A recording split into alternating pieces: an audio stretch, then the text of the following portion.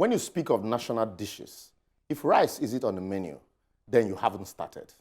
So what rice got to do with it?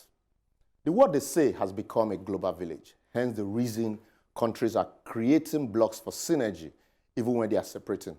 Anyway, don't mind Britain that want to exit, yet they want a concession. That's a discussion for another day. Just recently, the governor of the Central Bank of Nigeria announced that if we close our borders for a year, we can achieve rice sufficiency.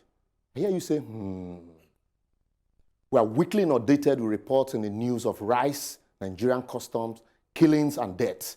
Yet, none of these trigger-happy custom officer is facing trial over summary execution of a fellow Nigerian over rice. The raid on car shops and hotels is a topic for another day. A minor Google search will reveal more to you. If you think we are losing only humans over rice, then wait for this.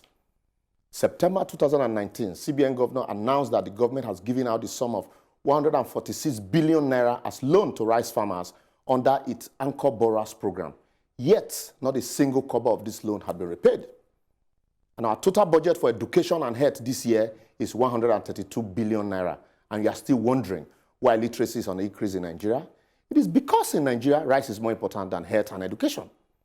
We lose humans, money, and yet the rice is unavailable. As 50 kg of foreign rice previously sold at 13,000 naira is now being sold for up to 27,000 naira. That's 107% hike. While the local variant, according to a report by BBC, has risen to 100% increase. No wonder people will go risk their lives to buy it across border at 5,000 naira to come sell it at 27,000 naira, similar to drug pushing, you would say. Of all the funds spent on rice since 1960, including Operation Feed the Nation, if you remember, we have little or nothing to show for it. Reasons are not far-fetched. Our soil is not the best for growing rice, as Nigeria, according to the Index Mundi, a global data portal, is not among the top 70 countries in terms of rice yield per hectare.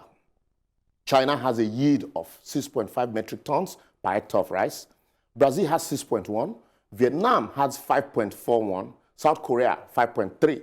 A recent report by KPMG Advisory Services put Nigeria at 1.8, while other reports put it at 1.1.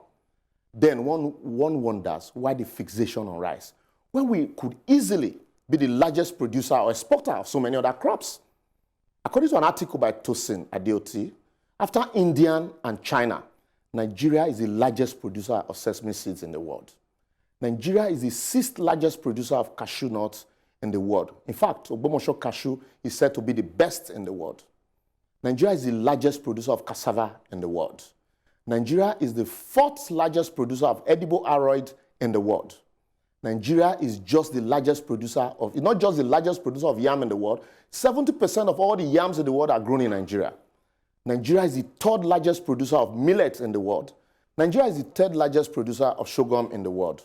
We are the largest producer of shea butter in the world, and not to mention palm produce, cocoa, rubber, and granite. The list is endless.